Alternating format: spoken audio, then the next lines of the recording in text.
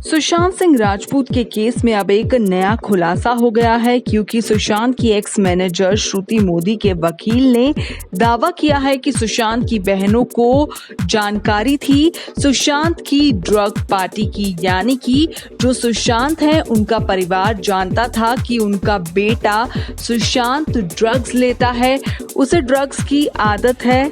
और अब ये दावा करते नजर आ रहे हैं श्रुति मोदी के वकील अशोक, जिन्होंने हाल ही में एक इंटरव्यू के दौरान कई चौंकाने वाले खुलासे किए हैं।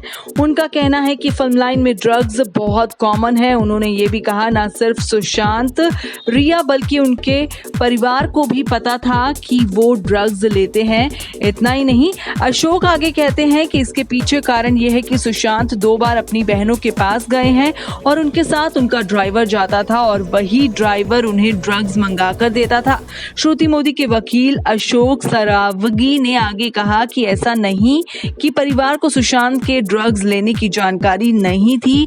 उन्होंने ये भी कहा कि ड्राइवर उन्हें ड्रग लाकर देता था और उनका कुक उस ड्राइवर से कोऑर्डिनेट करता था। वकील ने सुशांत को कंपनी देने वालों के नाम से भी पर्दा हटाया है। उनका कहना है कि सुशांत को 2 लोग कंपनी देते थे, एक उनका फ्रेंड आयुष और दूसरी फीमेल फ्रेंड आनंदी।